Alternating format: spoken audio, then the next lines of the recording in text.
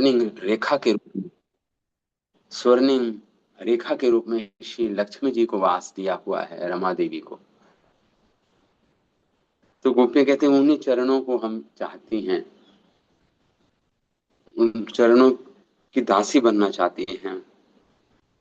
ये गोपियों की इच्छा है जो उन्होंने व्यक्त की। पादम, यद पादम में तुलस्या, आपके इच्छा में तो कृष्ण तुलसी देवी विराजती हैं, फिर भी रमा देवी उस तुलसी जी को अपनी सौतन की तरह स्वीकार करके आपके चरणों की दासी बनना चाहती हैं। चरण संवहन भी करती हैं कभी कभी लक्ष्मी जी भगवान का। वक्षसी पदम किल भृत्य जुष्टम, अन्य सुर प्रयास तद्वत वयम तब पाद रजः प्रपन्ना। यद्यपि इस इसलिए हम भी शरण लेने के लिए आपके चरणों की धूल लेने आई हैं यहाँ पे, गोपियां कह रही हैं यहाँ पर। तद नः प्रसीन व्रजनांदरते अंघ्रिमूला, इसलिए अपना प्रसाद हमें दीजिए, हमारे कष्टों को दूर कीजिए। ब्रजेन सबसे बड़ा कष्ट है कृष्ण के विरह का ताप जो हृदय में, वो अपितु ताप नहीं है, आनंद ही है। लेकिन केवल शब्दों में बोल रही हैं कि हमारे इस विरह जनित ताप को शांत कीजिए, हम आपके चरणों में आई हैं। प्राप्ता विसृज्य वसती उपासना आशा, और केवल एक ही उपासना आशा से आए हैं कि आपके चरणों की हम पूजा कर पाए, उपासना कर पाए, सेवा कर पाए।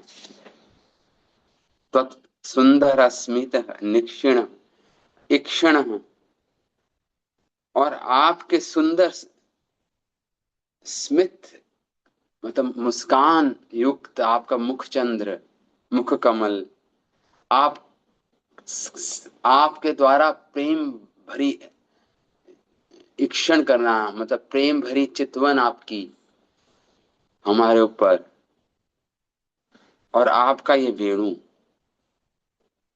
नाद, तप्त काम, इससे हमारे हम तप्त हो रही हैं कामनाओं से, हमारे हृदय में अनेक कामनाएं उठ रही हैं, हम प्रेम से भर गई हैं, कहने का अर्थ यह है, आप प्लावित हो गए। तप्तात्मनः पुरुष भूषण देहि दास्यम, इसलिए हे पुरुषों में उत्तम, हे कृष्ण देहि दास्यम, हमें अपना दासी बना लीजिए, अपनी दासियां बना के रूप में रख ले। तो इस प्रकार हम आपके सुख, और हमने अपना घर छोड़ा, अपने पति, अपने अपने पुत्र, अपने शिशुओं को छोड़ा, अपने सुख के लिए नहीं। गोपियां कहती है हमारी तो इच्छा है आप सुखी हों, आपके आनंद के लिए, आपके सुख के लिए हमने सब कुछ छोड़ा। इसलिए हे प्रियतम, आपकी सुख की कामना के लिए, आपके मुख को निहार कर हम भी सुखी बनेंगे। तो इसमें आपकी आपको क्या हानि है, गोपियां मानो भगवान से कहें। हम्म। इसलिए अपनी नीलमणि रूपी भुजाओं से आप हमारे सुनहरे शरीरों को अलंकृत कीजिए। ये गोपियां अपनी इच्छा व्यक्त कर रही हैं भगवान से। आगे गोपियां बोलती हैं वीक्षय अलक आवृता मुखम तव कुंडल श्री गंडस्थल अधर सुधम हसितावलोकम दत्ताभयं च बुधदण्डयुगं विलोक्य वक्षाश्रीकरमणं च भवान् दास्य। हम भगवान के सौंदर्य का वर्णन कर रही हैं। भगवान के श्रीमुख का वीक्ष्या अलकाव्रत मुखम। जब हम आपके सुंदर केशों को देखती हैं, आपके सुंदर मुख को देखती हैं जो आपकी अलकाओं से आवृत हैं, मतलब ढके हुए हैं आपके घुंघराले बालों से। आपका मुख ढका हुआ है आपके घुंघराले बालों से। कह रहे भिक्षा अलकाव्रतम मुखम। अलका मतलब भगवान के जो घुंघराले बाल हैं उससे आवृत है भगवान का मुख। तब कुंडल श्री, और भगवान के सुंदर मकर कुंडल दोनों, मकर मकर के रूप में जो है, उससे भगवान के गाल सुंदर कपोल, हम्म, वो और सुंदर हो गए। मतलब उन कुंडलों की जो जो जो शेड वो है, उनका बिंब भगवान के गालों में चमकता है। तो सुंदर भगवान के गाल हैं। गंडस्थल अधर सुधम, और उस मुख पर जो भगवान के बिंब फल की तरह लाल लाल होठ हैं, और उसमें अधर सुधा है, अमृत तुल्य भगवान का अधर है। और हसिता अवलोकम, और भगवान उसके भी ऊपर मंद मंद मुस्कान लिए अवलोकन करते हैं अपने भक्तों पर। प्रेम भरी चितवन दृष्टिपात करते हैं प्रेम से युक्त होकर। हसितावलोकन दत्ताभयम, जो अभय प्रदान करने वाले हैं, जो उनकी शरण में जाते हैं। या भुजदंड युगम विलोक्य, वो भगवान के दो भुजाएं, उनको देखकर गोपियां कहती हैं वक्ष श्रीक रमणम। और आपका वक्षस्थल जो विश्राम स्थली है स्वयं लक्ष्मी जी की भी,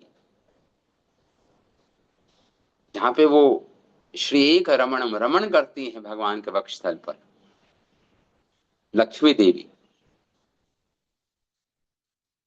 तो प्रभु, हम भी आपकी दासियां बनना चाहती हैं सब देखकर। जब हवाम दास्या,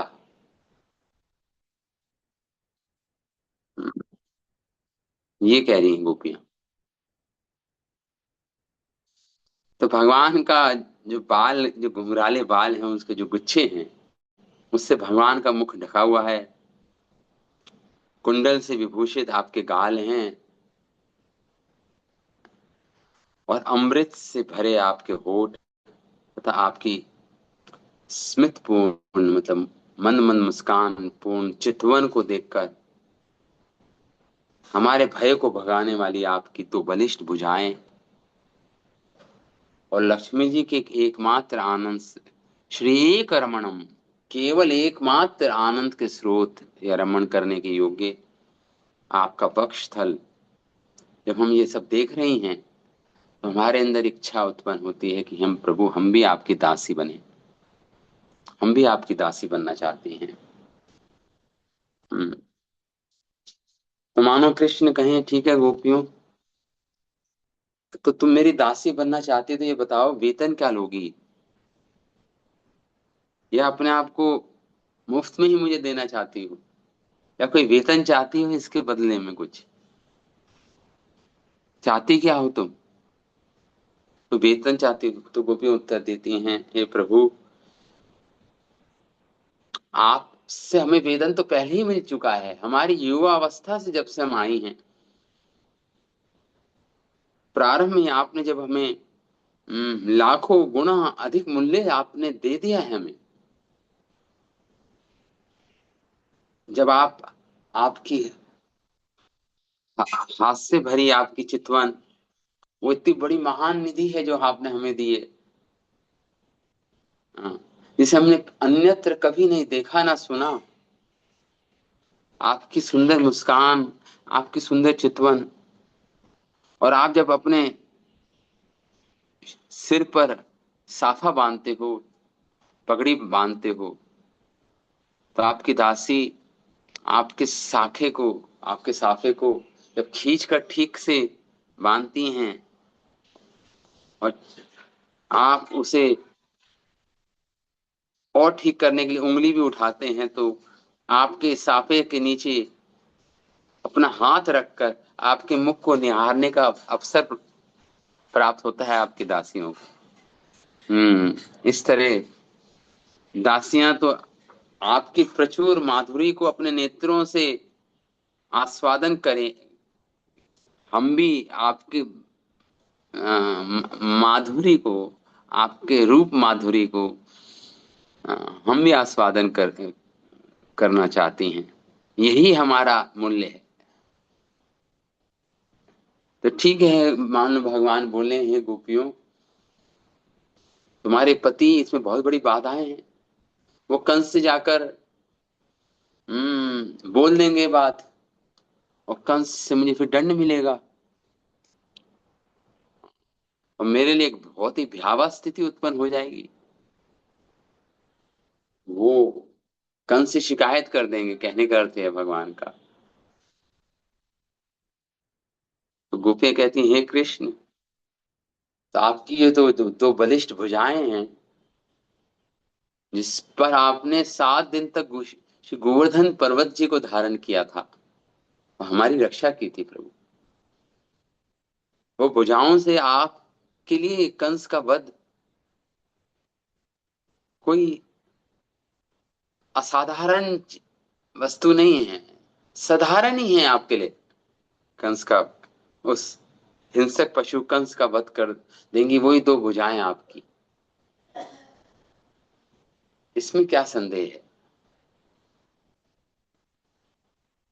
हाँ, लेकिन मानो भगवान कहें, किंतु धर्मात्मा होने के कारणों में अन्यों की पत्नियों को अपनी दासी नहीं बना सकता। मैं तो धर्मात्मा हूं, तो अन्य की पत्नियों को अपनी दासियां कैसे बना पाऊं, कैसे बनाऊंगा मैं।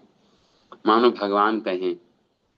तो गोपे कहती हैं, हे धर्मात्माओं के मुकुटमणि, भले ही आप गोपों की पत्नियों को अपनी दासी बनाने से इनकार करें, किंतु आपने बलपूर्वक नारायण की पत्नी, भगवान नारायण की पत्नी लक्ष्मी जी को अपनी दासी बना के अपने वक्षस्थल पर स्थान दे दिया।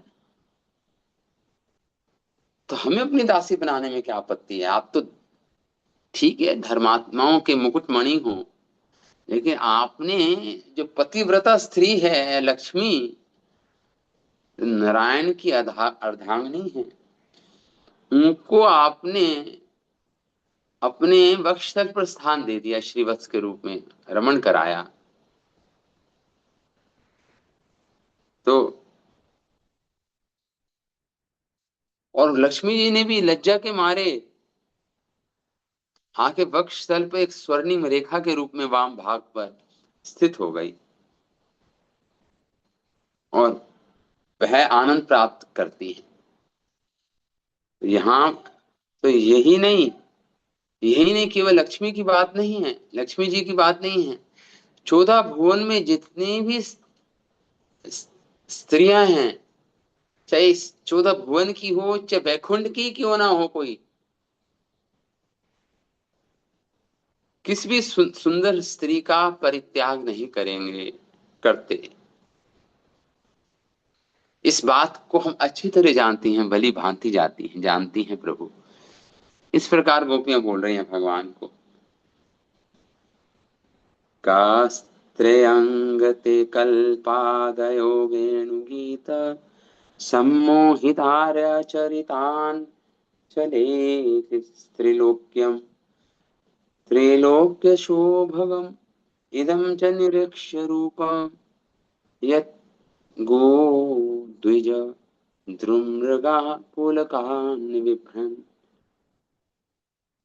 आगे कह रही हैं गोपियां, हे प्रभु, क स्त्रियते कल्पा पदायत वेणु गीता, ऐसी कौन सी त्रिभुवन में स्त्री होगी जो आपके वेणु गीत को सुनकर, आपके वेणु नाद को सुनकर, जो अपने आर्य पथ, अपने अपने सारे धर्मों का त्याग ना करते, अपनी लज्जा भय संकोच का त्याग ना करते, ऐसी कौन सी स्त्री होगी। का स्त्रियंग ते कलपाद यत वेणुगीत सम्मोहितार्य। वो जो सम्मोहित होकर अपने आर्य पथ को और चरितान, अपने चरित्र, अपने पतिव्रता धर्म को, अपने आर्य पथ को नहा चले, उससे उससे भ्रमित ना हो जाए अपने पथ से, ऐसी कौन सी स्त्री है? चले कि स्त्री लोग क्या, तीनों लोकों में जो विचलित ना हो जाए। त्रैलोक्यम शोभगम इदम च निरीक्ष्य रूपम। जो आपका इतना सुंदर रूप है, निरीक्ष, कौन होगी जो आपके इस रूप को देखकर, जो तीनों भुवनों को शोभम, जो तीनों सौभाग्य प्रदान करता है आपका ये रूप, या आपका सौंदर्य, जो मंगलमय है तीनों भुवन के लिए। चित निरीक्ष रूपम। स्त्रियां की तो बात ही छोड़ी, जितनी भी चर अचर प्राणी हैं पूरे ब्रह्मांड में, यत गौ, गौ मतलब, गौ मतलब गायें। हम्म। गौ निरीक्ष, यत गौ द्विज, द्विज मतलब होता है पक्षी, पक्षी, मृगा, हिरण, हिरण, पुलकानी, वह भी आपके सौंदर्य को देखे, आपके वेणुनाथ को सुनकर पुलकित हो जाते हैं, रोमांचित हो जाते हैं, रोम रोम उनका पुलकित हो जाता है प्रभु। यही गोपियां कह रही है भगवान को। ते स्त्रीलोक्यम शोभगम इदं च निरीक्ष्य रूपम यत् गौ द्विज द्रुममृगाः पुलकान् बिभ्रन्। उनको भी पुलकित हो जाते हैं पक्षी, वृक्ष, द्रुम मतलब वृक्ष, वृक्ष भी पुलकित हो जाता है, हिरण पुलकित हो जाते हैं, गौएं, पक्षी सभी तो पुलकित हो जाते हैं, रोमांचित हो जाते हैं, रोम रोम उनका पुलकित हो जाता है।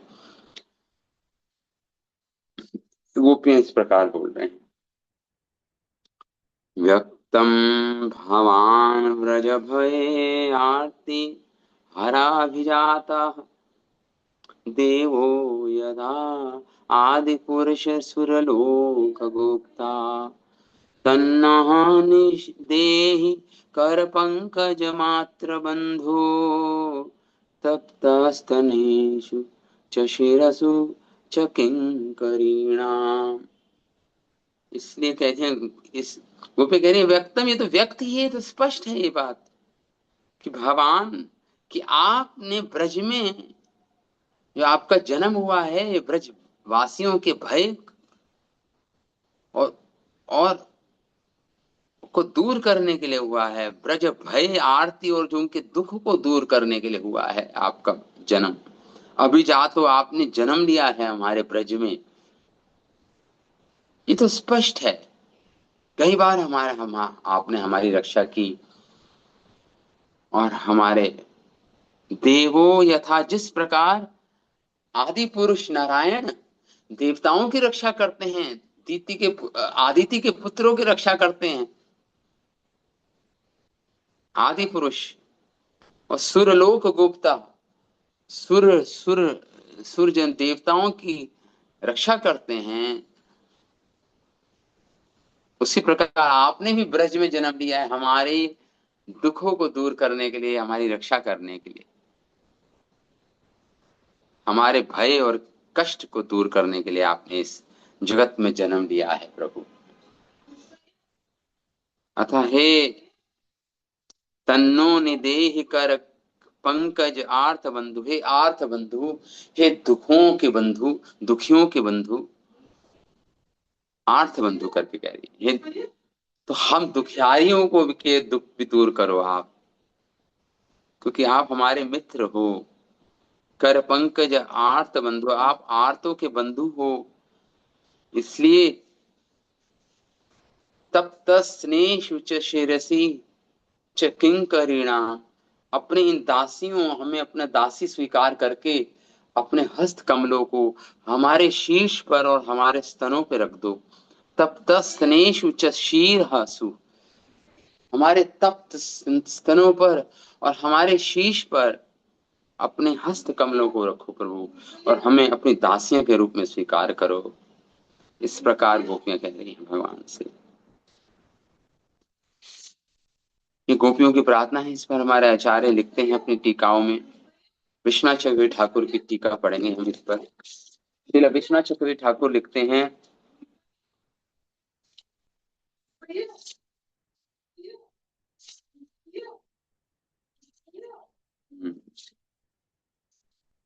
भिक्ष कालमावृतम। श्रील विश्वनाथ चक्रवर्ती ठाकुर अपने टीका में लिखते हैं कि भगवान, मानो यदि गोपियां कहें कि हे, यदि कृष्ण कहें हे गोपियों, तुम मेरी जो दासी बनना चाहती हो, तो क्या मैंने तुम्हें कोई मूल्य देकर खरीद लिया है क्या, अथवा स्वेच्छा से ही मेरी दास से मैं तुमने स्वयं को मुझे दे दिया है? इसके उत्तर में गोपियां कहती हैं, प्रभु हमारा जितना उचित मूल्य था आपका, उससे भी करोड़ गुणा आपको जो हमें देना था, उससे भी करोड़ गुणा आप हमें पहले से ही हमारे वय संधि, मतलब हमारे जब किशोर अवस्था से जब हमारे यौवन अवस्था में प्रवेश किया था, उसी समय, उससे पहले ही आप करोड़ों गुना ज्यादा दे चुके हैं हमें प्रभु। हम्म। यह मूल्य हमारे द्वारा न कभी देखने जाने वाला, न सुना गया, ये ऐसा मूल्य आपने हमें पहले ही दे चुके हैं। ये मूल्य अत्यंत महंगे आपके हाथ से, आपका हाथ से मुस्कान युक्त आपका चेहरा, आपका मुख कमल, और आपका आपका अवलोकन रूप चिंतामणि। अवलोकन मतलब दृष्टिपात करना, प्रेम भरी चितवन से देखना गोपियों की ओर, जिसे वो चिंतामणि करके कह रही है गोपियां, चिंतामणि के समान। और आपने हमें अपने कुंज मंदिर में ले जाकर अपनी संपत्तियों को दिखाया, अपनी नील निधि को दिखाया, नील केशों को, अपने मुख कमल को, जम्बूनद, मकर युगर कुंडल, चिंतामणि स्थली, आपका वक्ष स्थल जो लक्ष्मी की विलास की स्थली है, अलके अलक आदि के बहाने से दर्शन कराया प्रभु। वह देव दुर्लभ अमृत, अधरा अमृत का भी पान कराया आपने हमें। इस आशय से गोपियां कहती हैं, भिक्षे अलक, जब हम आप, तुम जब लाल रंग की टेढ़ी पगड़ी सिर पर बांधते हो, उस समय दासी जनों के द्वारा कंघी करने से ऊपर खींच खींच कर केशों को बांध दिया जाता है, और तुम भी प्रयत्न पूर्वक अपनी अंगुली से उन केशों के को बांध कर ऊंच ऊंच ऊंचे कर पग के भीतर केश प्रवेश करा देते हो। उस समय केवल ललाट के वाम भाग, आ, बायां भाग और दक्षिण भाग, भगवान की जो ललाट है उसका वाम भाग और दक्षिण भाग प्रांतों में ही, मूल भाग में ही अलग अलके दिखाई देती हैं। बाकी तो जब भगवान की जो पगड़ी होती है, जो साफा होता है, उसमें वो केश टक कर दिए जाते हैं, और केवल भगवान के वाम भाग और दक्षिण भाग ही के ही कुछ घुंघराले केश दिखाई देते हैं बस। हाँ। और और फिर हम कहती हैं गोपियां, और कभी कभी हम देखती हैं कि तुम्हारा तुम्हारे मुख को पूर्ण रूप से तुम्हारे केश ढक ढक देते हैं। जब तुम जूड़ा बांधते समय उस ललाट के अग्रभाग एवं बाएं और दाएं भागों में भी घुंघराली कुछ कम दीर्घ अलग तुम्हारे मुख को कुछ कुछ आवृत कर देती हैं। कभी कभी कुछ कुछ घुंघराले बाल भगवान के मुख को आवृत कर देते हैं, जिसे देखकर हम तुम्हारी दासी बन जाती हैं। और जब तुम्हारे श्रीअंग पर तेल का मर्दन होता है तथा उपटन लगाया जाता है प्रभु, तो जब विलास की अधिकता का समय होता है, उस समय तुम्हारा मुख पूर्ण रूप से तुम्हारी अलकों से आवृत हो जाता है, तुम्हारे घुंघराले बालों से आवृत हो जाता है आपका मुख पूर्ण रूप से, जिसे जिसे देख नयनों के द्वारा उसकी माधुरी का आस्वादन कर हम तुम्हारी दासी हो जाती हैं। ये और वो मुख कैसा है जिसे देखकर हम आपकी दासी बन जाती हैं, जो कभी कभी पूर्ण रूप से घुंघराले बालों से आवृत हो जाता है, जो समय भेदों बोल रहे हैं, वह मुख पर जो दोनों कुंडल कभी नहीं रुकते, मानो कुछ ढक कभी कुछ ढकते हैं और कभी संपूर्ण रुक जाते हैं, अतः उसकी शोभा अचपल कभी कभी चपल। वो जो कुंडल है भगवान के, कभी कभी तो वो भगवान के गालों पर जो उनकी रिफ्लेक्शन पड़ती है, छाया पड़ती है, वो कभी कभी वो कुंडल हिल रहे होते हैं, कभी स्थिर हो जाते हैं, कभी चपल होते हैं, कभी अचपल होते हैं। उसको यहाँ पे कह रही हैं गोपियां, जब हास और प्रहास का समय, उस समय कपोलों पर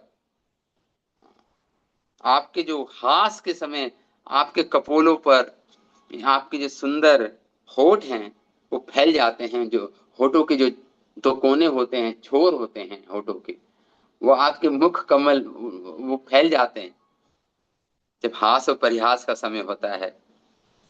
और जिसके कपोलों पर अधर सुधा छलक रही है, अधर सुधा मतलब अमृत तुल्य जो भगवान की अधर सुधा है, इस अधर सुधा का गोपियों के नयन रूपी चकोर श्री कृष्ण के कपोल रूपी स्थल पर चढ़कर पान करते हैं। कभी कभी गोपियां चकोर पक्षी की तरह, जैसे चकोर चंद्रमा को का पान करता है, एक टक होकर देखता है चंद्रमा को चकोर पक्षी, उसी प्रकार हम भी आपके इन कपोलों को देख रूपी जो स्थल है उस पर चढ़ जाती हैं और उसका पान करती हैं। कभी रहस्य समय के भेद से अधर सुधा गोपियों के कपोल स्थिर पर भी विराजमान हो जाती है। इस प्रकार तब, अथवा जब कृष्ण के ही कुंडलों की के प्रतिबिंब की शोभा उनके ही कपोलों पर पड़ती है, तब अधर सुधा भी उस मुख पर विराजमान होती है। ऐसे ऐसे मुख का दर्शन कर हम आपकी दासी बन जाती हैं। इसलिए इसलिए यहाँ मुख के लिए एक, इसलिए इस मुख पर हंसी युक्त अवलोकन विराजमान है, अथवा अथवा कृष्ण के अवलोकन से गोपी रूपी कुमुद की एक भगवान के इक्षण करने से, प्रेम भरी चितवन को गोपियों को देखने से गोपी रूपी जो कमल होते हैं वह खिल जाते हैं। कुमुद जैसे खुलता है ना, कमलों की जो कलियां होती है खिल जाती हैं, कुमुद खिल जाते हैं और आपकी हंसी रूपी प्रफुल्लता आ जाती है। ऐसे अवलोकन वाले कृष्ण का ये मुख है।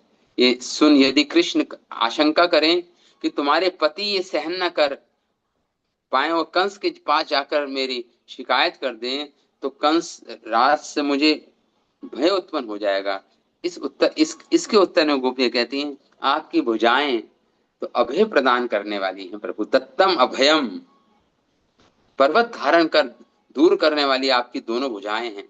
यदि कंस ऐसा भय उत्पन्न करता भी है तो तुम्हारी भुजदंड उस कंस रूपी पशु के प्राण हारक ही हो जाएंगी। निसंदेह इस प्रकार यहाँ प्रकट किए गए वीर रस के द्वारा श्रृंगार रस की ही पुष्टि हो रही है। देखिए यहाँ पे वीर रस भी आ गया। गोपियां श्रृंगार रस की बात करती हैं, अचानक ही वीर रस की बात करने लगी कि कंस का वध कर दोगे तुम।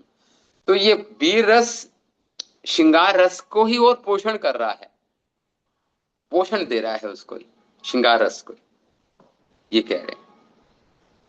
तो यदि कृष्ण कहें, देखो गोपियों, मैं तो परम धर्मात्मा हूं, दूसरों की नारी को मैं अपनी दासी नहीं बनाऊंगा। तो गोपियां परिहास में पूछने लगी, हे प्रभु धर्मात्मा, तुम क्या धर्मात्मा हो?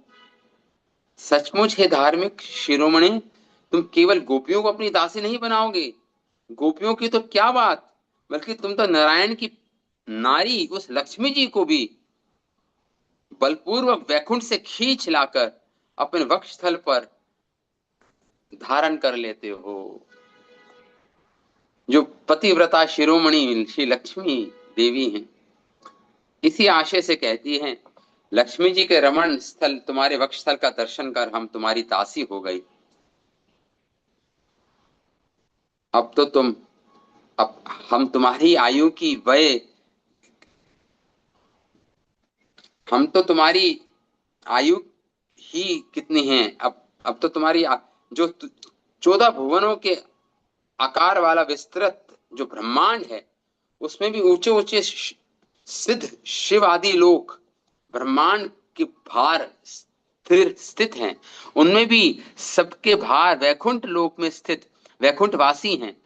उन सब जनों में भी नारायण भी किसी सुंदरी स्त्री को नहीं, तुम जैसे किसी भी नारायण की भी किसी सुंदर स्त्री को तुम नहीं बच तुमसे नहीं बच पाएगी। इस बात को हम अच्छी तरह जानती हैं। गोपियां कह रही हैं भगवान को। श्री कृष्ण श्री लक्ष्मी जी के आकर्षण की बात सुनकर यदि कहें, हे गोपियों, तुमने तो धर्म मार्ग का तर्पण कर दिया, अर्थात उसका उसका त्याग कर दिया, परंतु लक्ष्मी जैसी अन्य प्रतिव्रता स्त्रियों को क्यों दूषित करती हो। एक सिद्धांत होता है कि एक निर्लज व्यक्ति दूसरों को भी निर्लज बना देता, दूषित कर देता है। एक निर्लज व्यक्ति दूसरों जो लज्जापूर्ण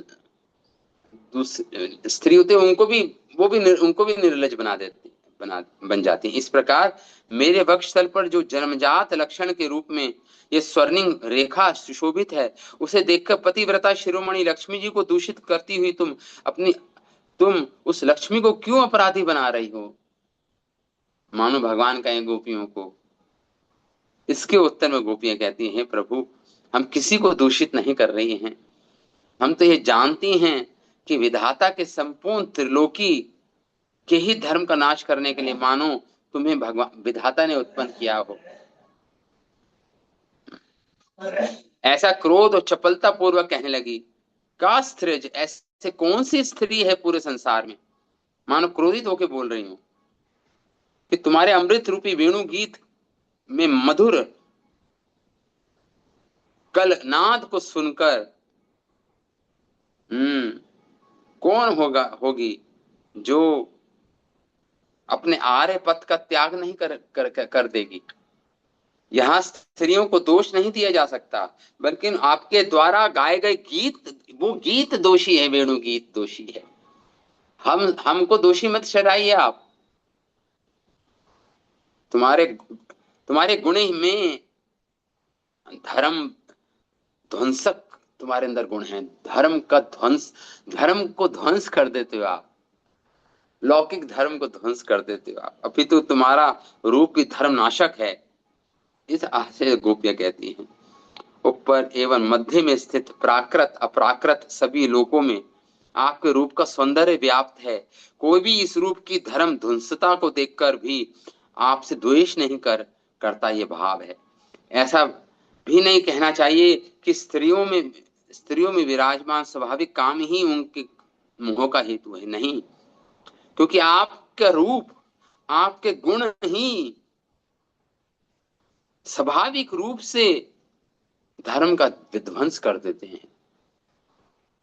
इसलिए कहती हैं कि केवल हम ही नहीं, सभी चेतन जंगम प्राणी संसार में, त्रिभुवन में, उनको भी पुलक आ जाता है, वह भी पुलक धारण कर लेती हैं। हम क्या वर्णन करें, इंद्र, शिव, ब्रह्मा, जिनमें जिनमें प्रधान है ऐसे परम तत्वज्ञों को भी विमोहित कर देती है आपकी ये युग, ये वह भी विमोह को प्राप्त हो जाते हैं, मोहित हो जाते हैं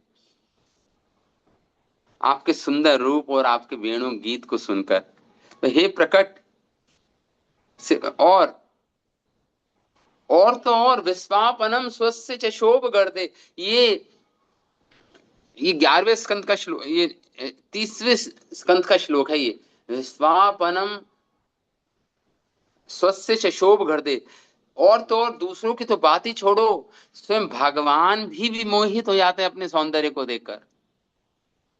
भगवान ने द्वारका में एक दिन अपना, जब अपनी प्रतिबिंब देखा तो भगवान चौंक गए, ये कौन सुंदर व्यक्ति है जो ये शीशे में जिसका प्रतिबिंब पड़ रहा है, शीशे में कौन है ये सुंदर व्यक्ति। इसलिए खुद भगवान विस्मित हो गए, देखकर अपना ही सौंदर्य देख के विस्मित हो गए। तो विश्वापनम स्वस्य च शोभ गर्दे, ये श्लोक आता है 30वें स्कंद में भागवतम में। तो फिर इसमें कौन से आश्चर्यजनक बात है कि हम भी मोहित ना हो जाए आपका सौंदर्य को देखकर, आपको देखकर। इसलिए अपनी चातुरी छोड़िए प्रभु, अपना अपना ये प्रपंच छोड़िए, अपनी चातुरी छोड़िए, इसकी आवश्यकता नहीं। अपने भाव को छिपाने का प्रयास मत कीजिए, आप त्यागिए। इस आशय से गोपियां कहती हैं व्याप्तम भवाम, ये ये बात कहीं भी गुप्त नहीं है कि आप वृक्ष के दावानल आदि से उत्पन्न भय एवं वर्षा आदि से उत्पन्न पीड़ा को हरण करने वाले हो। वर्जन ब्रज जन आरती, ब्रज जनों के जो आर्थिक दुख को हरने वाले हो। तुम पूर्णतः श्री नंद राय के घर में उसी तरह उत्पन्न हुए हो जैसे श्री नारायण देवताओं के दुख दूर करने के लिए अवतार लेते हैं, ये गोपियां कह रही हैं। तो इस प्रकार तब कृष्ण पूछा, तुम, फिर भगवान पूछते गोपियों, तुम आखिर चाहती क्या हो, क्या चाहती हो तुम।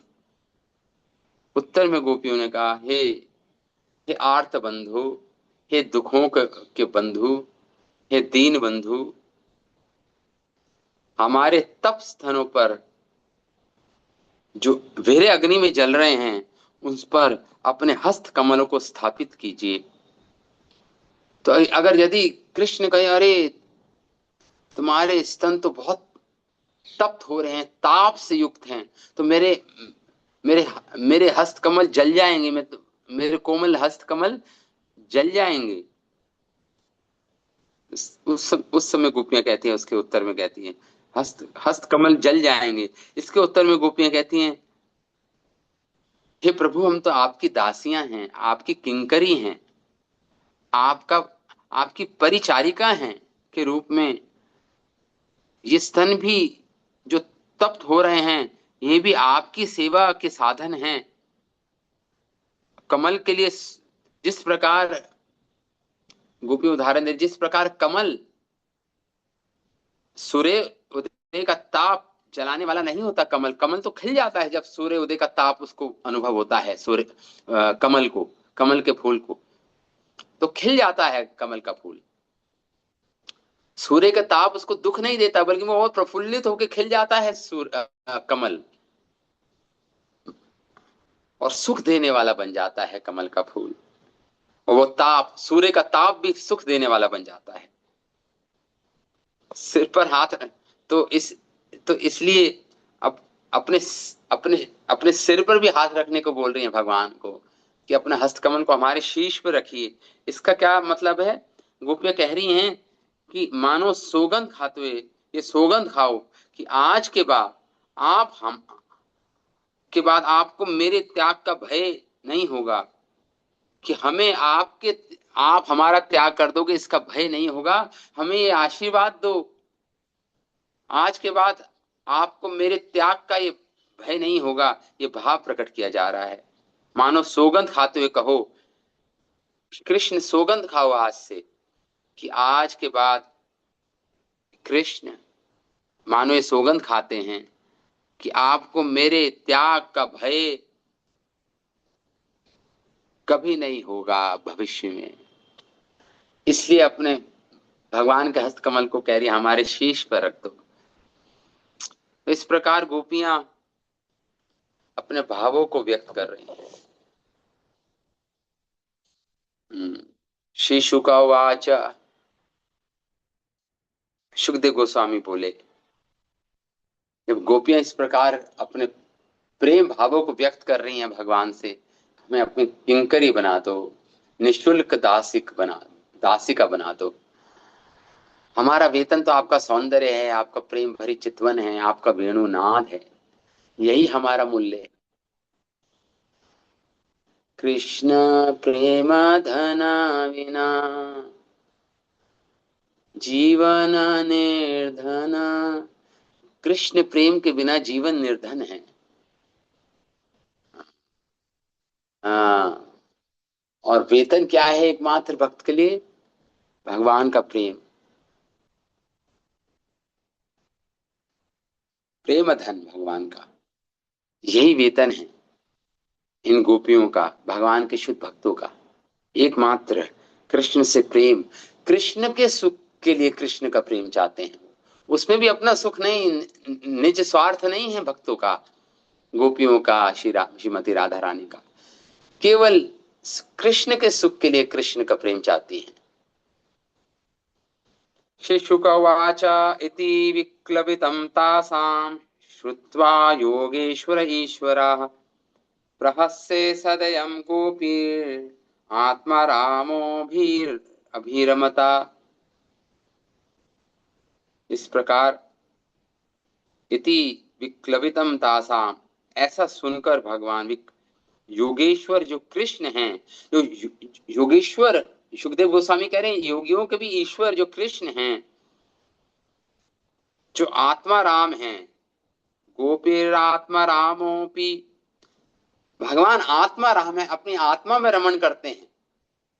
उनको किसी चीज का अभाव नहीं है, किसी वस्तु का, वो तो अपनी आत्मा में तृप्त है। भगवान, भगवान के भक्तों को छोड़ो, बड़े बड़े योगी, बड़े बड़े मुनिजन आत्मा राम बन जाते हैं, अपनी आत्मा में ही रमण करते हैं, आनंद प्राप्त करते हैं। अब उनको इस संसार से कुछ भी सरोकार नहीं रहता, कुछ भी लेना देना नहीं रहता। तो यहाँ पे सुखदेव गोस्वामी कह रहे हैं कि भगवान जो योगियों के भी ईश्वर, वो के भी ईश्वर हैं, योगेश्वर ईश्वर। श्रुत्वा, जब भगवान ने सुना, श्रुत्वा जब भगवान ने सुना, ये विक्लवितम, ये व्याकुलता भरी वाणी गोपियों की सुनी भगवान ने, विक्लवितम तासाम श्रुत्वा योगेश्वर ईश्वर, इति विक्लवितम तासाम श्रुत्वा योगेश्वर ईश्वर। जब सुना ये व्याकुल भरी वाणी को सुना,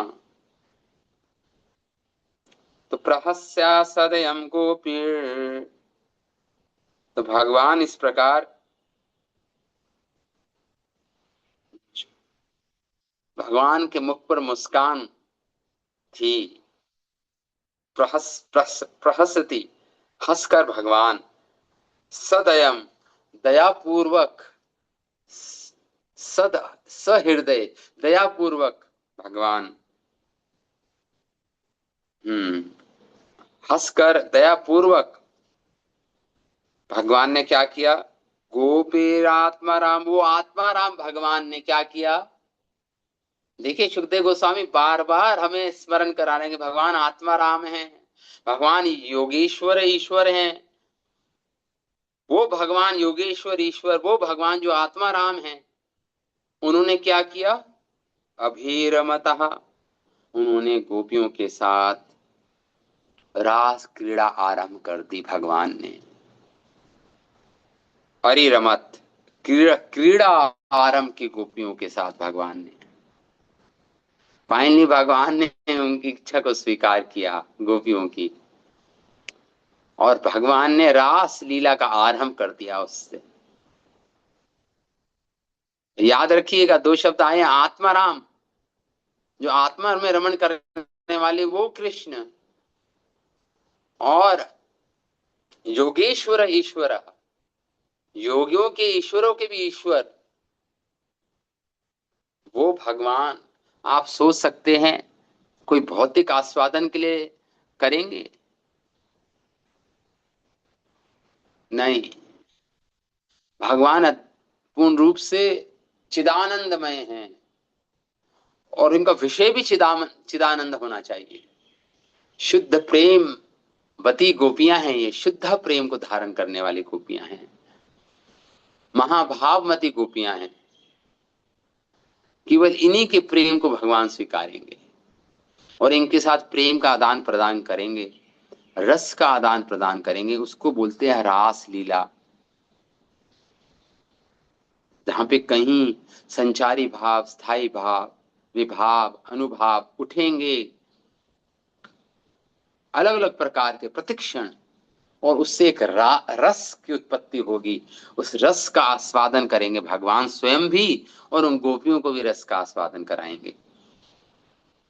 तो इस प्रकार ये अगले क्लास से हम जो भगवान ने आरंभ किए अपनी अपनी रास लीला, इसके विषय में हम अगली क्लास में पढ़ेंगे।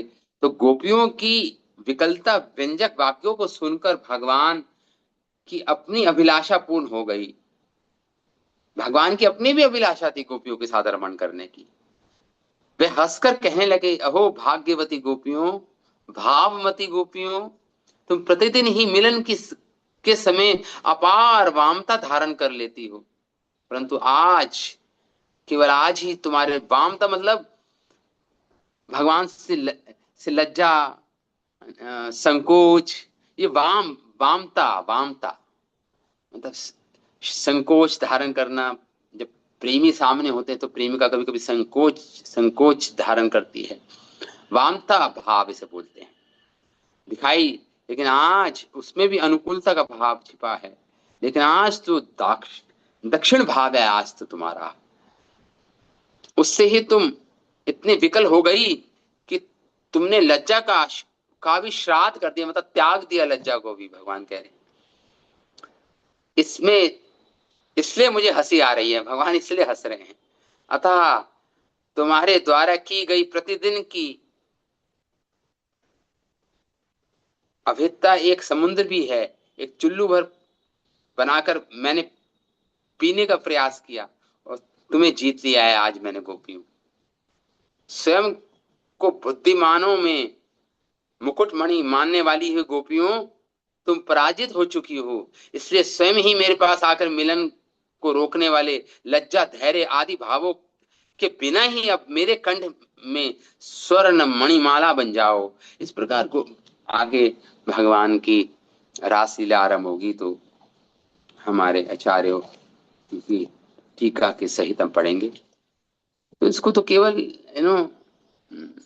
ये केवल भौतिक क्रियाएं मत देखिए, आप भावों को देखिए इसके पीछे।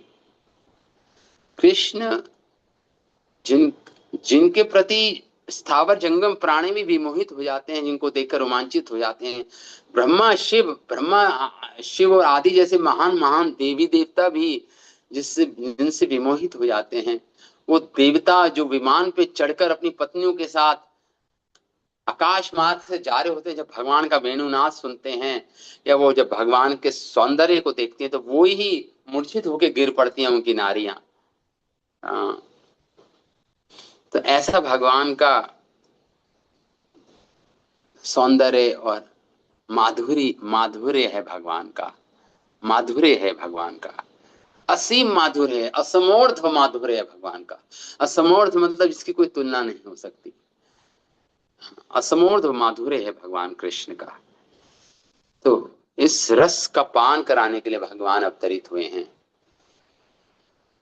तो ठीक है, हम आज कथा को यहीं पे विराम देते हैं, कल फिर उपस्थित होंगे। आगे अब आरंभ हो गई है रासलीला, बहुत ध्यान से अब हमें सुनना है, बोलना है, समझने का प्रयास करना है इसको। श्रीमद् भागवतम महापुराण की जय, श्री रास पंचाध्याय की जय, अनंत कोटि वैष्णव वृंद की जय। निताय गौर प्रेमानंद, हरि हरि बोल।